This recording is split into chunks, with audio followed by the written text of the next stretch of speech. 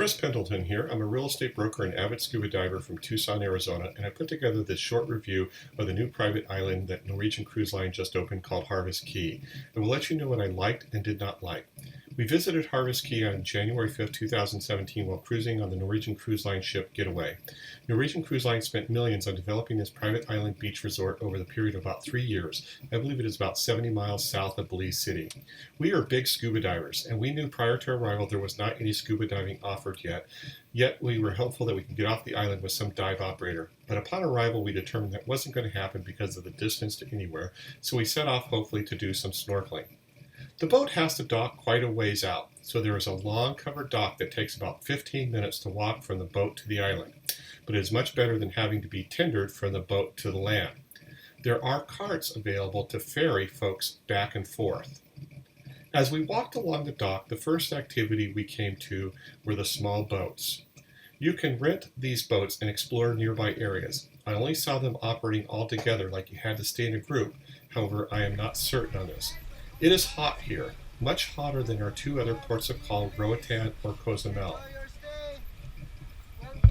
Restrooms were available in several places on the island. The Belize Tourism Board and the Cruise Line info folks were on hand to help explain what was available on the island. All of the people were very friendly and very helpful. Signage was available to make it easy to navigate around the island. There were lots of shopping opportunities available in the little village. However, it was probably like shopping on board a cruise ship. Lots of sales, but not very good prices. There was even a full duty-free liquor store that gave out free samples.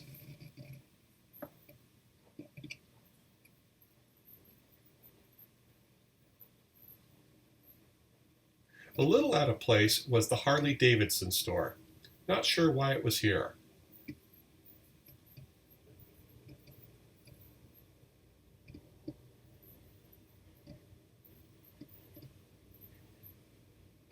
Bars were distributed around so one could enjoy a cool drink.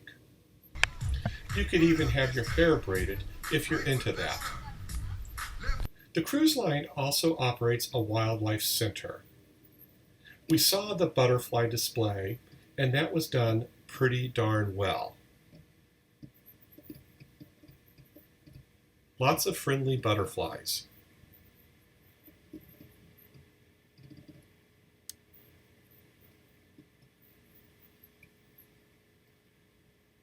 The butterfly exhibit also had its resident iguanas.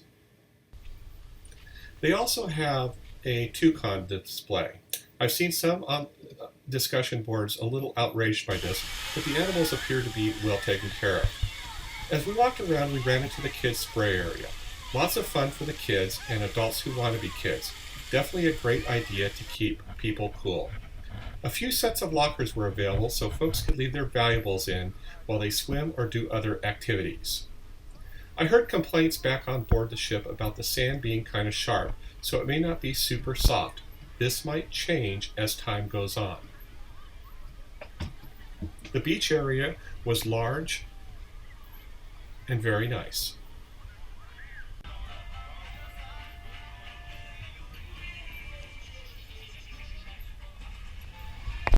Water stations were available, giving out free cups of water to folks.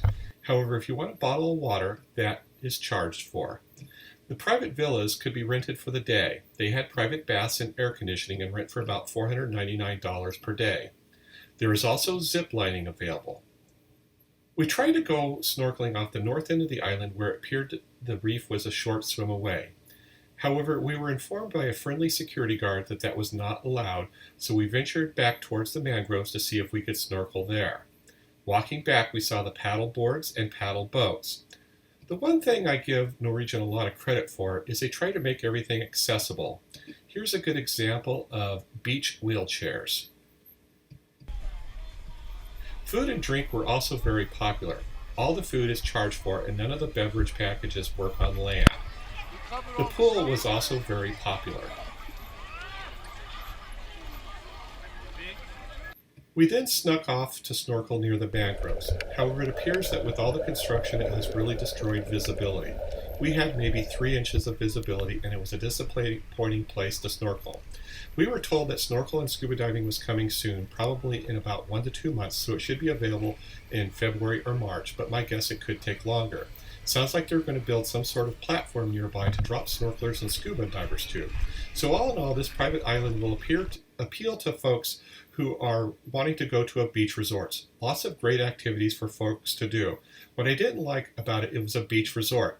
There is no true Belize culture here, and you don't get to see what Belize is really like. Now, you could do some cruise line tours that you can take, but I'd rather go off and explore on our own. We also didn't like the fact that we were stuck there. There was no way to get to the mainland on your own, and we read reports there may be a taxi service soon to go to the nearby small village. We also didn't like the fact there was no scuba diving or snorkeling, but we realize it's coming soon though. I hope you found this video to be informative. If so, please help us out with YouTube and press the like button. If you would like a copy of the brochure on the Harvest Caye, please visit our blog at blog.tucsonrealpros.com. Thanks for watching.